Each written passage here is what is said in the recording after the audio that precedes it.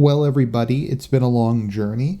A month or two ago, the last season of the 3%, season 4, came out, and the show's over now. And I just finished watching it, so it's time for the review. It's kind of funny when I think back on it that I've reviewed every season, because it's taken quite a few years for the whole thing to finish.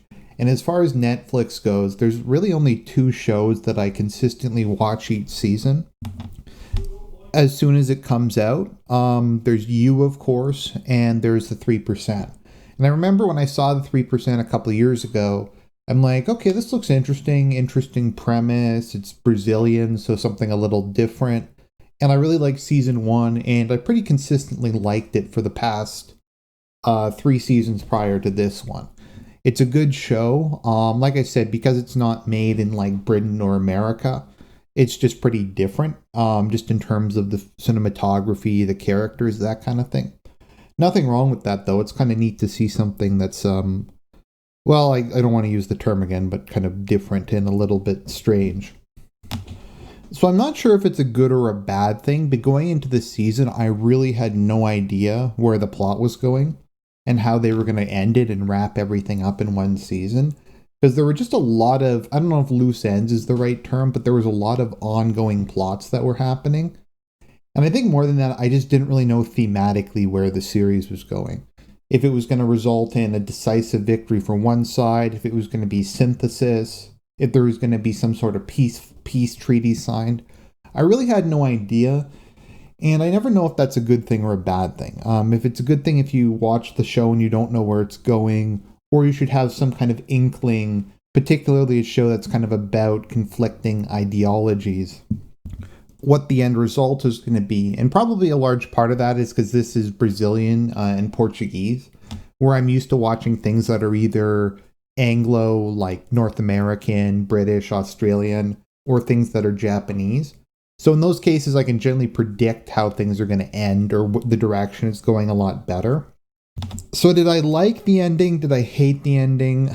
We'll get into it because my feelings are kind of complicated. They aren't really negative. I'm just not really sure what to make of it. And I've spent some time thinking about it. So I'm not going to give a complete summary of the plot up to this point because this is season 4.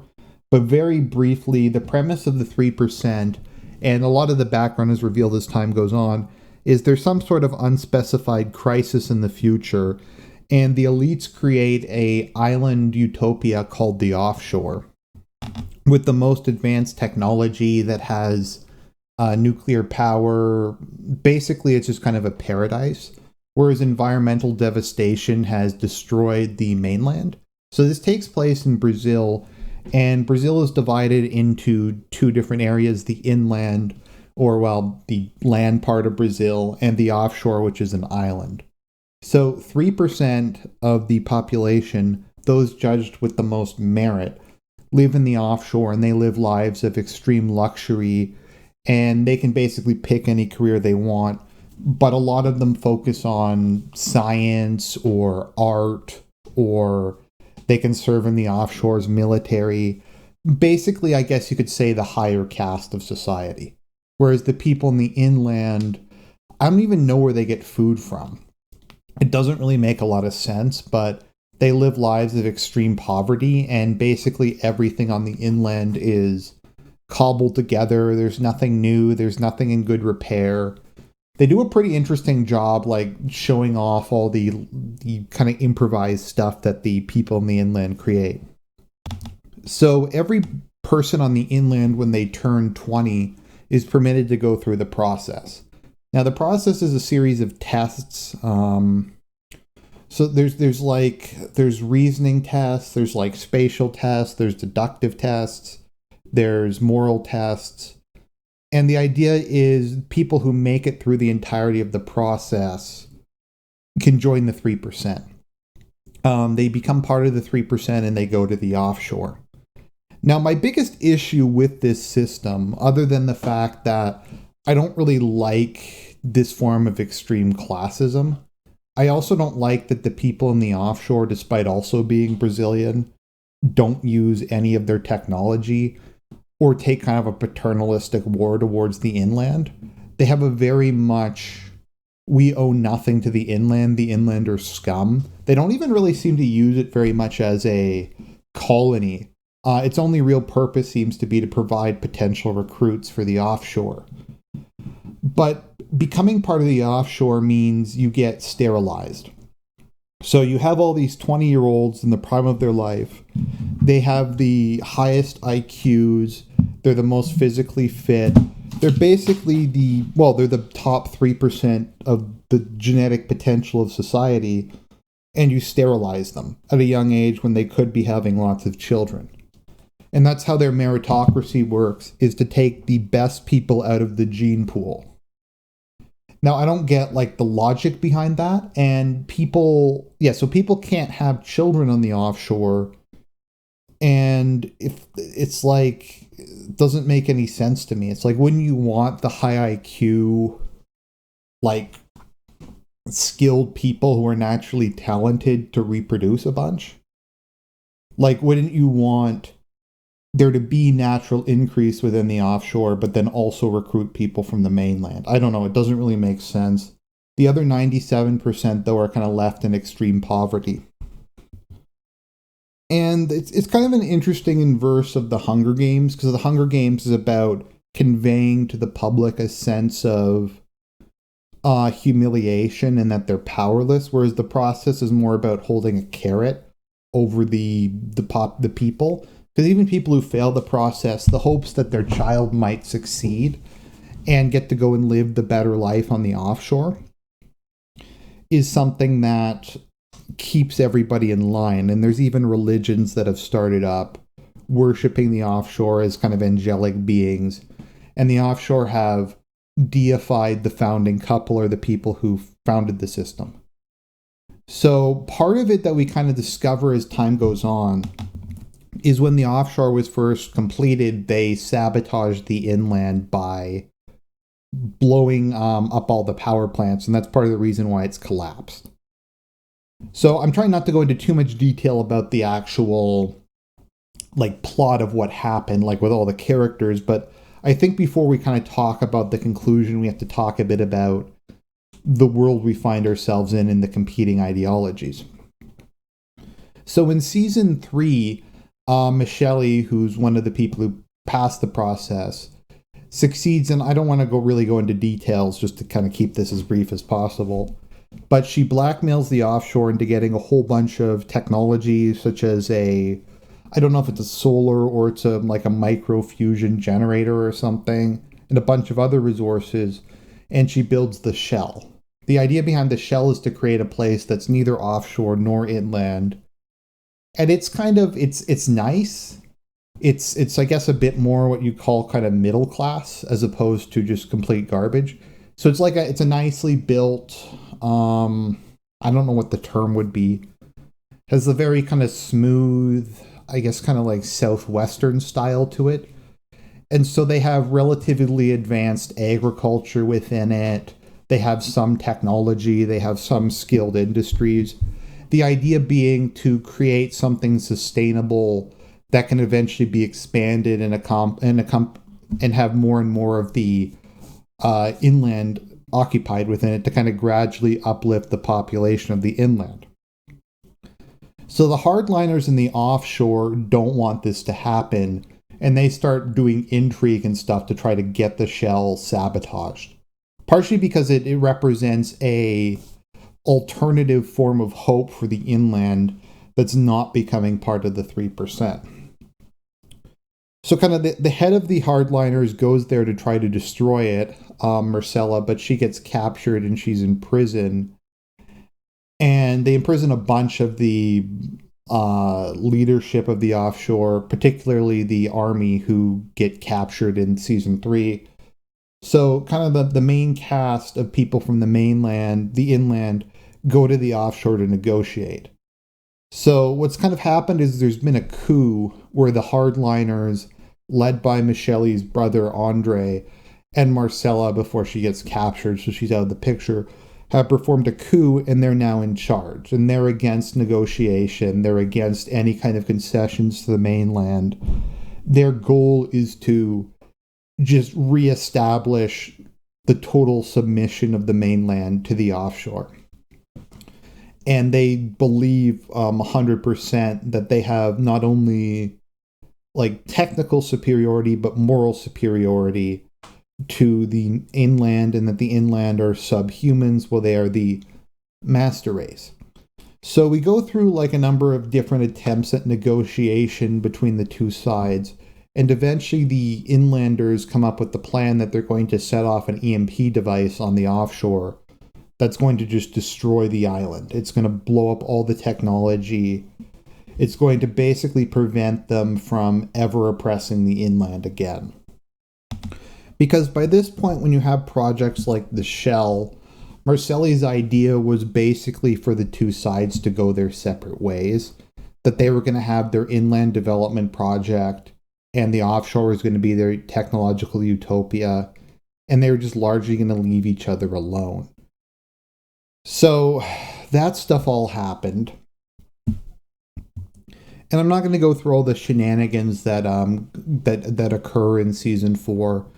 Commander Marcella succeeds in convincing one of the Shell's occupants and blowing up the Shell in exchange for her and her son getting to go to the offshore.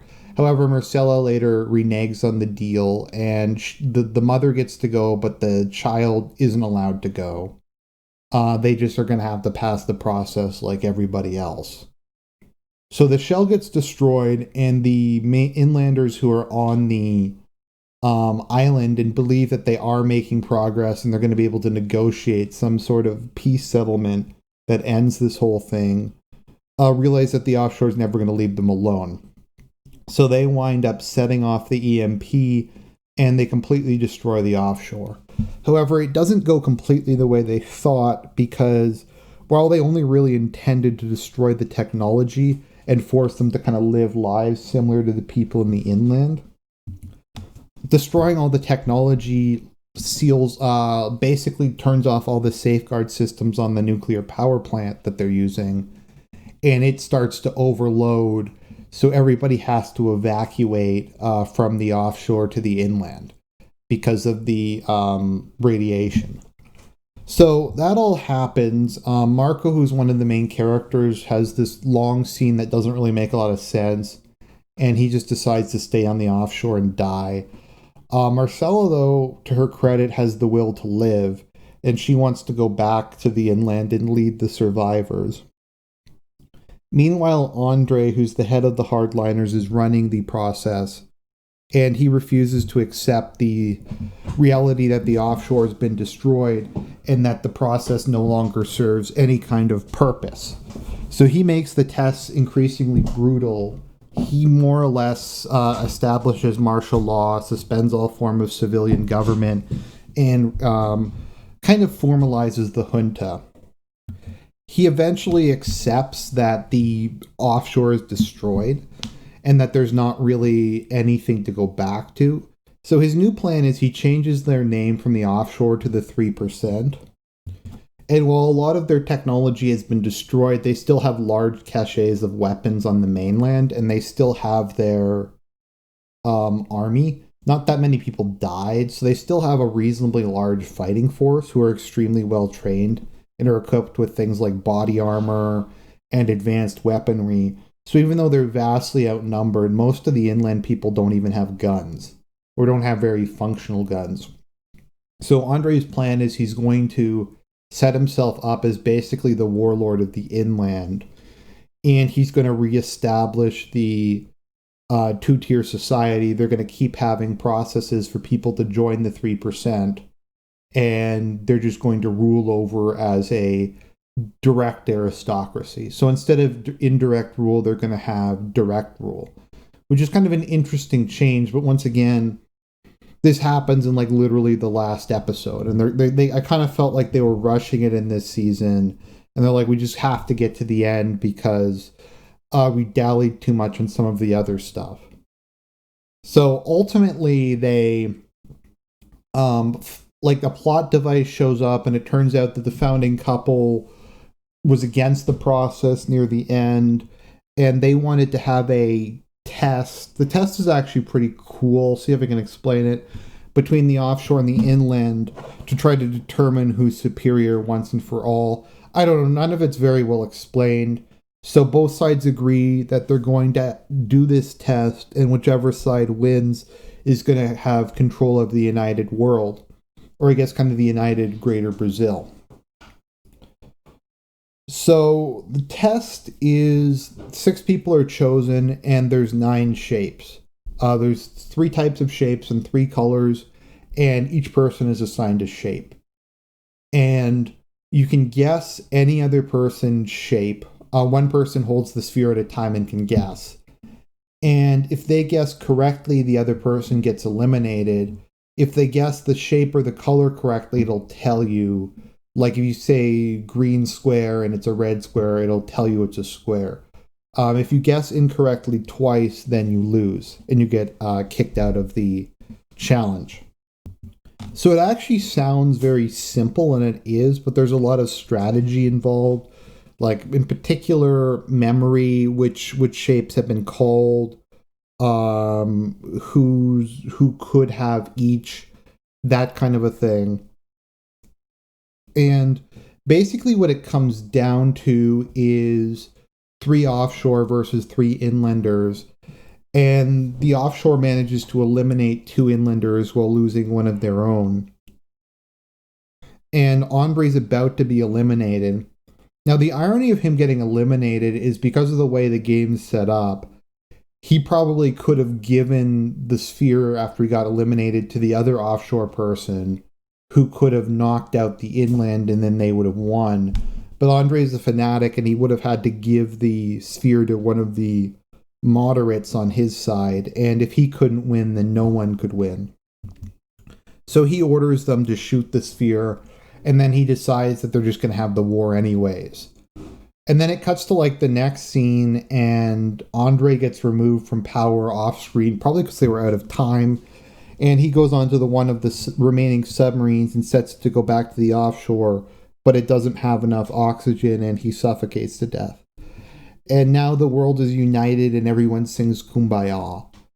So, was that the ending? Because I didn't really know where they were going with this series.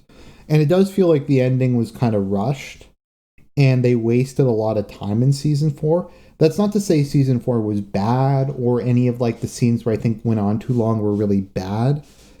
It's I think they were in the awkward position where they really needed a season and a half to finish off the show. And it was actually, I think, a shorter season than normal. It was only 7 versus, I think, 8 episodes is the norm.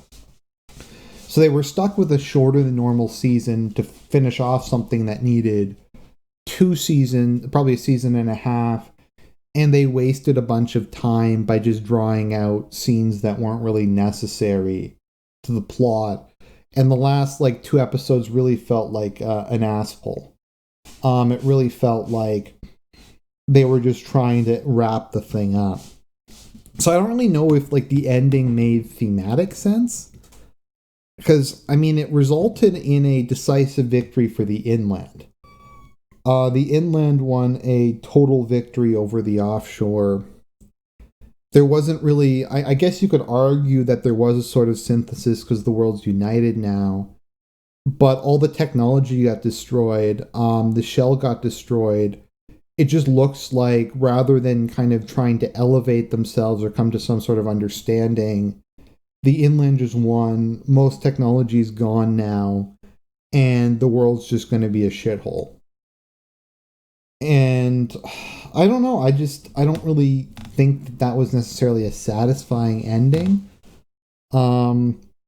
It's not how I would have ended it.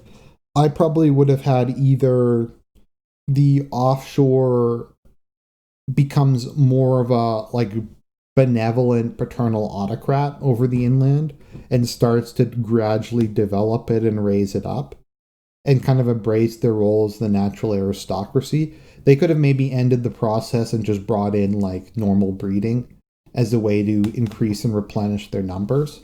And they just kind of would rule as a technocratic elite, which would have been an interesting alternative, but that's not the direction they tried to go in. or if like the shell had have succeeded and they could have created kind of this third option and just kind of seceded and gone their own way. I will say I wasn't really expecting them to have the balls for them to blow up the offshore and to kind of have the conflict end that decisively and that definitively, especially only like halfway through the season. It happened pretty heavily on. You would think they would have done that in the last or second last episode, but they did it substantially earlier than that. So I guess there's that aspect. A lot of the characters I felt didn't really get like real endings. Like I don't think a lot of the plot arcs were really resolved. I don't know. Michelle's death was kind of random. Andre, we never really learned what his deal was, and he just kind of got defeated off screen. I don't know. Like I said, I don't think it was a bad ending or it was a bad season. It was just very rushed. It just felt like they ran out of time. Like I said, they needed more episodes, but they wasted a bunch of time.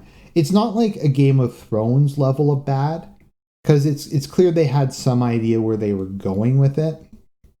Like the characters don't like go wildly out of character. They seem pretty true to themselves. They do try to wrap up some of the loose ends. They do have like the writing and editing is substantially better. So I say it's not really like Game of Thrones. I think probably the issue is just you have a very high concept series with very kind of abstract ideals that I don't think were really that well established. And that might just be because of the way politics works in Brazil, and maybe I just don't understand it as an Anglo, because I just have a very different way of looking at the world. But like, it wasn't a Game of Thrones level ending. It wasn't a Breaking Bad ending either. Like, it made sense, I suppose. I don't know if it thematically really made sense, or in terms of character arc, it really made sense. But it wasn't like really a disappointment. It was just kind of like, it's just an ending. Like, I'm not upset about it. I'm not excited about it. I think it could have probably been a lot better, but just kind of the way the series was set up, where you have this high concept, but there's not always really that much detail about how, like, the actual lore in the world. I find there isn't very much, like, lore or depth to it, but it is high concept, so I really am not sure realistically what could have been done. But I mean, it's over now, and I think it was not a bad ending. I would still recommend the series. It definitely didn't ruin the rest of the series. Like, in terms of Game of Thrones, you could argue that the ending was so bad that it made the rest of the series completely pointless, because it directly undermined a lot of the messages of the rest of the series, a lot of the themes of the rest of the series, and basically just made them irrelevant or ruined them in retrospect. Whereas it definitely didn't in this case. For anyone else who has watched this series, I'd kind of maybe like to see in the comment section, if you've made it this far in the video, how you think it should have ended. I don't know. But it's definitely an interesting show. It's a good show. I enjoyed it a lot. It's one of the few shows on Netflix I'd actually recommend watching. I think as far as a show that goes on for 4 seasons, it's, if something's going to go on that long and I'm going to have to invest that much time in it, it's got to be pretty good. And while it's X number of seasons, the seasons aren't particularly long. I think there's 7 to 8 episodes per season. I think the episodes are 40 minutes to an hour. So watching the whole thing isn't particularly long, especially compared to like some stuff that goes on for like 20, 24 hour long episodes a season. I don't know, something like X-Files maybe. But yeah, I'd recommend it. It'd be interesting if, I don't know, they come out with, if not something in the same universe, maybe something from the same director or something of kind of a similar high concept kind of sci-fi thing from Brazil. It definitely has kind of perked my interest a bit in Brazilian movies. And I've seen a couple good movies from Brazil. Elite Squad 1 was really good. It was kind of campy, but it was good. Elite Squad 2 is like Brazil's Dark Knight. Elite Squad 2 is an amazing movie. If you haven't watched it, I really recommend it. City of God was pretty good too, but I'd say Elite Squad 2 is like amazing. And this is pretty good too. It's better than most of the stuff on Netflix, that's for sure. So, as far as my audience goes, I'm just going to warn you this is based in Brazil. So you're going to have a lot of hybridization going on, I guess we could say. There's also like a really bad post-op tranny who they just shove in your face. And there's also lesbianism. Lesbianism doesn't really bother me as much as the alternative. 'Cause it's just goofy more so than it doesn't really offend me. It's just lame. It's just lame and goofy, whereas the other thing is like a lot more socially destructive. But I mean, I can kind of look past that because once again, this is Brazil. It's just kind of different. It's just that's just sort of the way their society is. Unfortunately, it's not like America where it's as much like forced in your face artificially. Like it's interesting because like race isn't even like referenced in this. There's like white and black people on the offshore. There's white or black people in the mainland. It's just something that doesn't come up. You have very white characters like Michelle or Raphael, and then really black characters like Joanna, but there's not any kind of tension between them along those lines, which I think is kind of interesting. It definitely wouldn't be the case if it was made in America, but that's the conclusion of the 3%. I hope you've enjoyed my reviews, and God bless.